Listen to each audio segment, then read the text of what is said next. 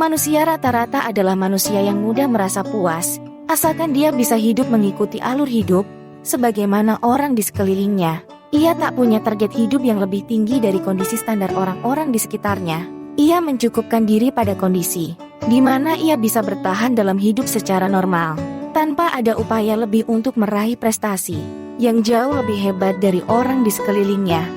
Yang bukan termasuk orang rata-rata itu punya target hidup yang tinggi. Tingginya target hidup itulah yang membuat harinya penuh tantangan dan petualangan. Ia sangat sayang kalau waktunya habis untuk sesuatu yang tak berharga, karena ia selalu ingat bahwa impiannya yang besar itu tak akan bisa tergapai jika sikap hidupnya tidak produktif. Kesuksesan adalah hak semua orang. Bermimpilah yang tinggi, bercita-citalah yang muluk, karena si Cooper akan menjadi lebih super jika berani menatap masa depannya dengan tatapan optimis. Semua orang bebas menentukan masa depannya, tak peduli awalnya seperti apa. Asalkan ada kemauan, pasti akan hadir kemampuan. Tidak ada yang mustahil dalam hidup. Siapa yang bertekad mengubah hidupnya, ia pasti akan berubah. Di dunia cuma sekali, berprestasilah yang tinggi. Jadikan prestasi dunia sebagai media untuk menginspirasi sesama dan melejitkan pengabdian diri kepadanya. Islam adalah agama yang memberi motivasi tinggi kepada umatnya untuk berprestasi sehebat mungkin. Jangan pernah hidup tanpa cita-cita apapun.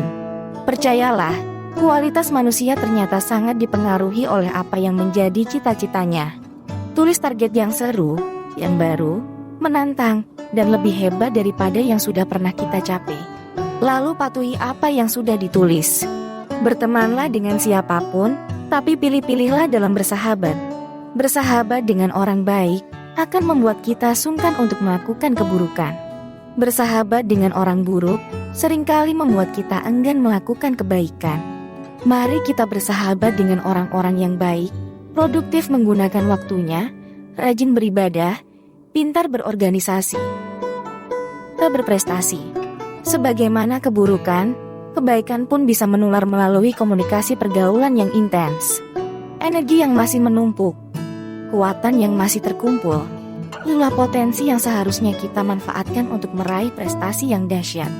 Menara kesuksesan hanya ditopang oleh 3 pilar utama: dream, mimpi yang tinggi; action, upaya yang keras dan cerdas; dan pray, pertolongan yang kuasa. Mimpi bukan sekadar mimpi. Mimpinya orang besar selalu disusul dengan action nyata dalam hidup. Mimpi boleh melangit, tapi action tetap membumi. Menunda hanya akan menumpuk beban di belakang kita.